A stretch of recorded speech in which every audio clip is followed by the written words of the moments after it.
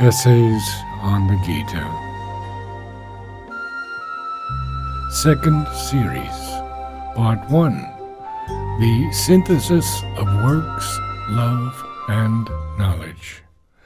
Part 2, Chapter 11, The Vision of the World Spirit, the Double Aspect.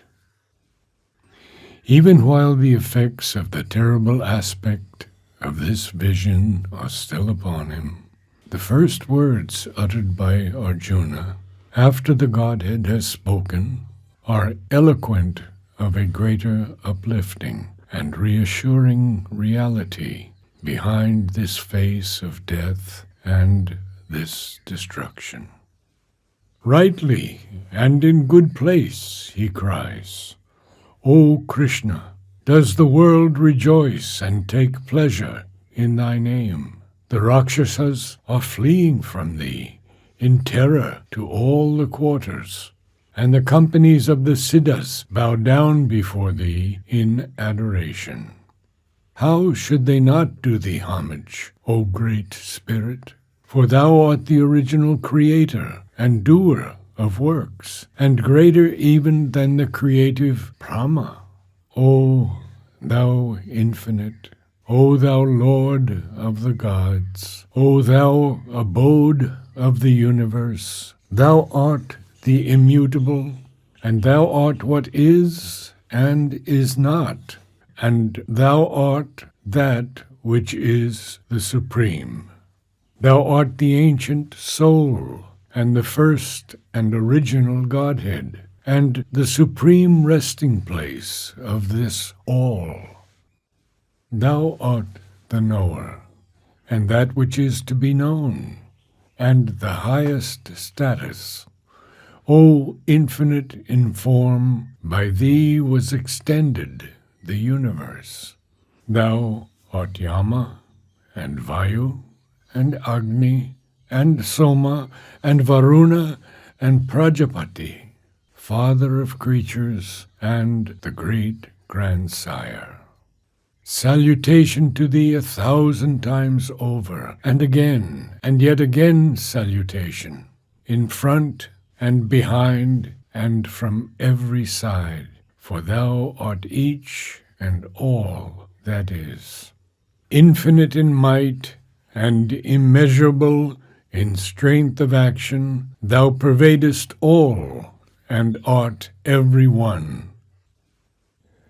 But this supreme, universal being has lived here before him with the human face, in the mortal body, the divine man, the embodied Godhead, the Avatar. And till now he has not known him. He has seen the humanity only, and has treated the divine as a mere human creature. He has not pierced through the earthly mask to the Godhead, of which the humanity was a vessel and a symbol.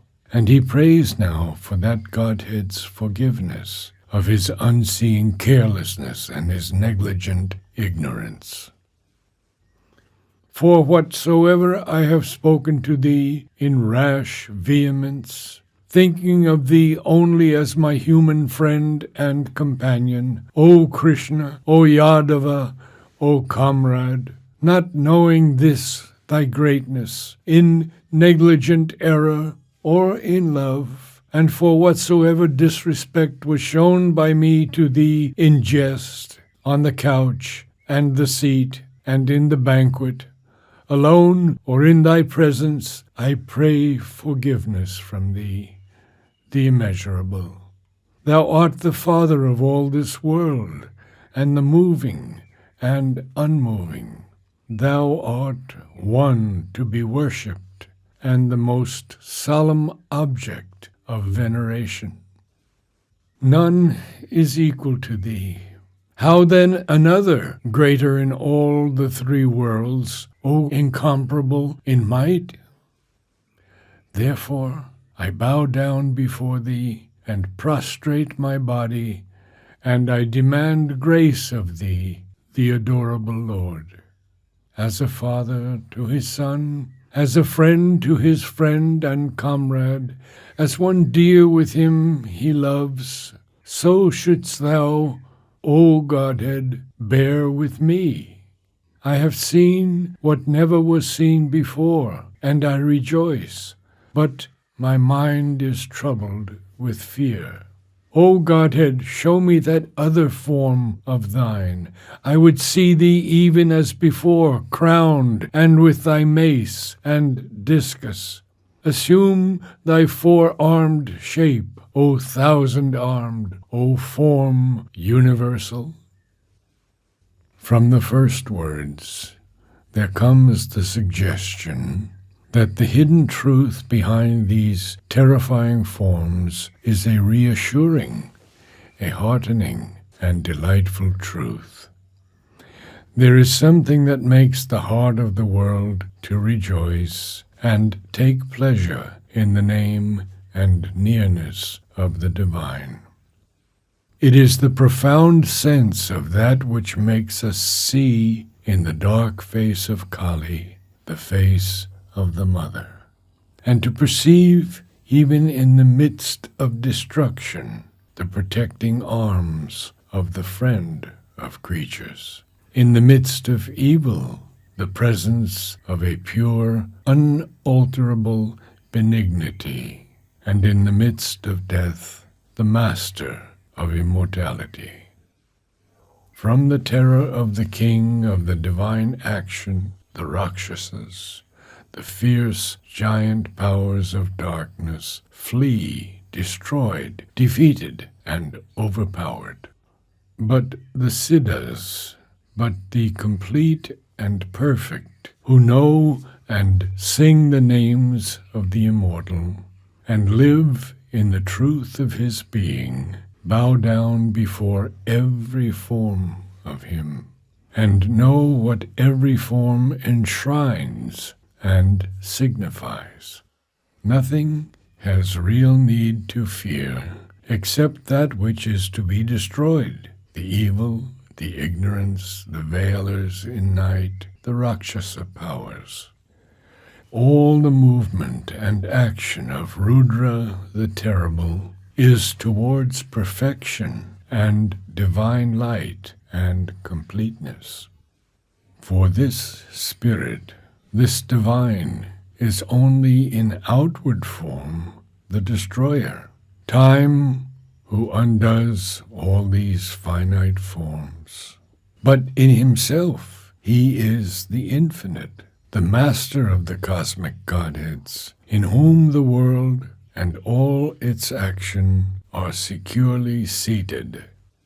He is the original and ever originating creator, one greater than that figure of creative power called Brahma, which he shows to us in the form of things as one aspect of his Trinity, creation checkered by a balance of preservation and destruction. The real divine creation is eternal. It is the infinite manifested sempiternally in finite things, the Spirit who conceals and reveals himself forever in his innumerable infinity of souls, and in the wonder of their actions, and in the beauty of their forms. He is the eternal, immutable. He is the dual appearance of the is and is not, of the manifest and the never manifested, of things that were and seem to be no more, are and appear doomed to perish, shall be, and shall pass. But what he is beyond all these things is that, the Supreme, who holds all things mutable in the single eternity of a time to which all is ever present. He possesses his immutable self in a timeless eternity, of which time and creation are an ever-extending figure. This is the truth of him, in which all is reconciled, a harmony of simultaneous and interdependent truths start from and amount to the one that is real. It is the truth of a supreme soul, of whose supreme nature the world is a derivation and an inferior figure of that infinite, of the Ancient of Days, who forever presides over the long evolutions of time, of the original Godhead, of whom gods and men and all living creatures are the children, the powers, the souls, spiritually justified in their being by his truth of existence, of the knower who develops in man the knowledge of himself and world and God, of the one object of all knowing, who reveals himself to man's heart and mind and soul, so that every new opening form of our knowledge is a partial unfolding of him, up to the highest, by which he is intimately, profoundly, and integrally seen and discovered. This is the high supreme stability, who originates and supports and receives to himself all that are in the universe. By him, in his own existence, the world is extended. By his omnipotent power, by his miraculous self-conception and energy and ananda of never-ending creation. All is an infinity of his material and spiritual forms. He is all the many gods, from the least to the greatest. He is the Father of creatures, and all are his children and his people. He is the origin of Brahma, the father to the first father of the divine creators of these different races of living things. On this truth, there is a constant insistence.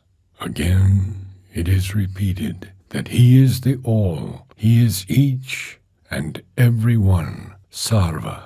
He is the infinite universal, and he is each individual and everything that is, the one force and being in every one of us, the infinite energy that throws itself out in these multitudes, the immeasurable will and mighty power of motion and action that forms out of itself all the courses of time and all the happenings of the spirit in nature. And from that insistence, the thought naturally turns to the presence of this one great Godhead in man. There, the soul of the seer of the vision is impressed by three successive suggestions. First, it is borne in upon him that in the body of this Son of Man, who moved beside him as a transient creature upon earth, and sat by his side, and lay with him on the same couch, and ate with him in the banquet, and was the object of jest and careless word, actor in war and counsel and common things in this figure of mortal man, was all the time something great, concealed of tremendous significance, a Godhead, an avatar, a universal power, a one reality, a supreme transcendence. To this occult divinity, in which all the significance of man and his long race is wrapped, and from which all world existence receives its inner meaning of ineffable greatness, he had been blind.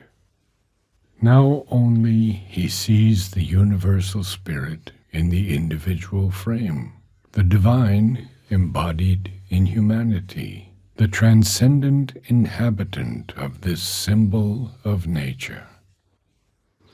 He has seen now only this tremendous, infinite, immeasurable reality of all these apparent things, this boundless, universal form, which so exceeds every individual form, and yet of whom each individual thing is a house for his dwelling. For that great reality is equal and infinite and the same in the individual and in the universe. And at first his blindness, his treatment of this divine as the mere outward man, his seeing of only the mental and physical relation, seems to him a sin against the mightiness that was there. For the being whom he called Krishna, Yadava, comrade, was this immeasurable greatness, this incomparable might, this spirit, one in all, of whom all are the creations. That, and not the veiling outward humanity. Avajanan, Manushim, Tanum Ashritam, was what he should have seen with awe and with submission and veneration. But the second suggestion is that what was figured in the human manifestation and the human relation is also a reality which accompanies and mitigates for our mind the tremendous character of the universal vision. The transcendence and cosmic aspect have to be seen, for without that seeing, the limitations of humanity cannot be exceeded. In that unifying oneness, all has to be included.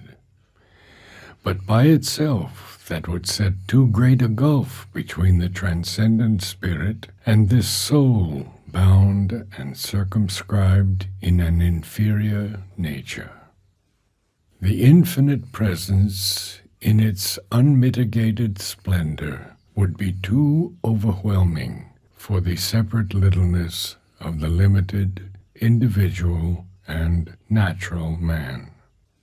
A link is needed by which he can see this universal Godhead in his own individual and natural being, close to him, not only omnipotently there, to govern all he is by universal and immeasurable power, but humanly figured to support and raise him to unity by an intimate, individual relation.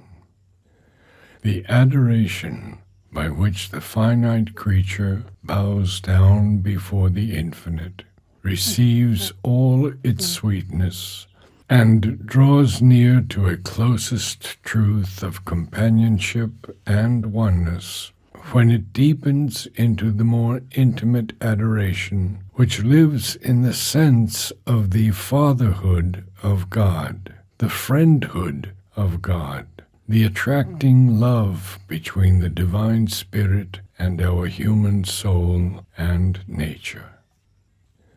For the divine inhabits the human soul and body. He draws around him and wears like a robe the human mind and figure. He assumes the human relations which the soul affects in the mortal body, and they find in God their own fullest sense and greatest realization. This is the Vaishnava Bhakti, of which the seed is here in the Gita's words, but which received afterwards a more deep, ecstatic, and significant extension. And from this second suggestion, a third immediately arises, the form of the transcendent and universal being, is to the strength of the liberated spirit a thing mighty, encouraging, and fortifying, a source of power, and equalizing, sublimating, all-justifying vision. But to the normal man, it is overwhelming, appalling, incommunicable. The truth that reassures, even when known, is grasped with difficulty. Behind the formidable and mighty aspect of all destructive time, and an incalculable will, and a vast, immeasurable, inextricable working. But there is too the gracious, mediating form of divine Narayana, the God who is so close to man and in man, the charioteer of the battle and the journey, with his 4 arms of helpful power, a humanized symbol of Godhead, not this million-armed universality. It is this mediating aspect which man must have for his support constantly before him, for it is this figure of Narayana which symbolizes the truth that reassures. It makes close, visible, living, seizable the vast spiritual joy, in which for the inner spirit and life of man, the universal workings, behind all their stupendous circling, retrogression, progression, sovereignly culminate their marvelous and auspicious upshot. To this humanized, embodied soul, their end becomes here a union, a closeness, a constant companionship of man and God. Man living in the world for God, God dwelling in man, and turning to his own divine ends in him, the enigmatic world process. And beyond the end is a yet more wonderful oneness, and in living in the last transfigurations of the eternal. The Godhead, in answer to Arjuna's prayer, resumes his own normal Narayana image, Svakam Rupam, the desired form of grace and love and sweetness and beauty. But first, he declares the incalculable significance of the other mighty image which he is about to veil. This that thou now seest, he tells him, is my supreme shape, my form of luminous energy, the universal, the original, which none but thou amongst men has yet seen. I have shown it by my self-yoga, for it is an image of my very self and spirit. It is the very supreme, self-figured in cosmic existence, and the soul, in perfect yoga with me, sees it without any trembling of the nervous parts, or any bewilderment and confusion of the mind, because he descries not only what is terrible and overwhelming in its appearance, but also its high and reassuring significance. And thou also should so envisage it without fear, without confusion of mind, without any sinking of the members. But since the lower nature in thee is not yet prepared to look upon it with that high strength and tranquility, I will reassume again for thee my Narayana figure, in which the human mind sees isolated and toned to its humanity the calm, helpfulness, and delight of a friendly Godhead. The greater form, and this is repeated again after it has disappeared, is only for the rare highest souls, the gods themselves ever desire to look upon it. It cannot be won by Veda or austerities or gifts or sacrifice. It can be seen, known, entered into only by that bhakti which regards, adores, and loves me alone in all things. But what then is the uniqueness of this form, by which it is lifted so far beyond cognizance that all the ordinary endeavor of human knowledge, and even the inmost austerity of its spiritual effort, are insufficient, unaided, to reach the vision? It is this that man can know by other means, this or that exclusive aspect of the one existence, its individual, cosmic, or world-excluding figures, but not this greatest reconciling oneness of all the aspects of the divinity, in which at one and the same time and in one and the same vision all is manifested, all is exceeded, and all is consummated. For here transcendent, universal, and individual Godhead, spirit and nature, infinite and finite, space and time and timelessness, being and becoming, all that we can strive to think and know of the Godhead, whether of the absolute or the manifested existence, are wonderfully revealed in an ineffable oneness. This vision can be reached only by the absolute adoration, the love, the infinite unity that crowns at their summit the fullness of works and knowledge. To know, to see, to enter into it, to be one with this supreme form of the Supreme becomes then possible. And it is that end which the Gita proposes for its yoga.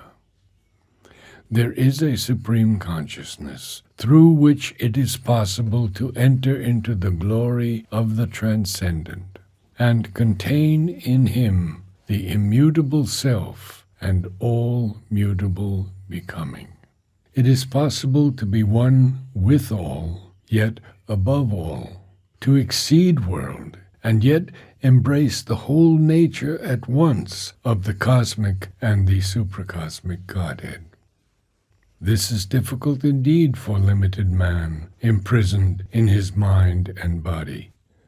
But, says the Godhead, be a doer of my works. Accept me as the supreme being and object. Become my bhakta.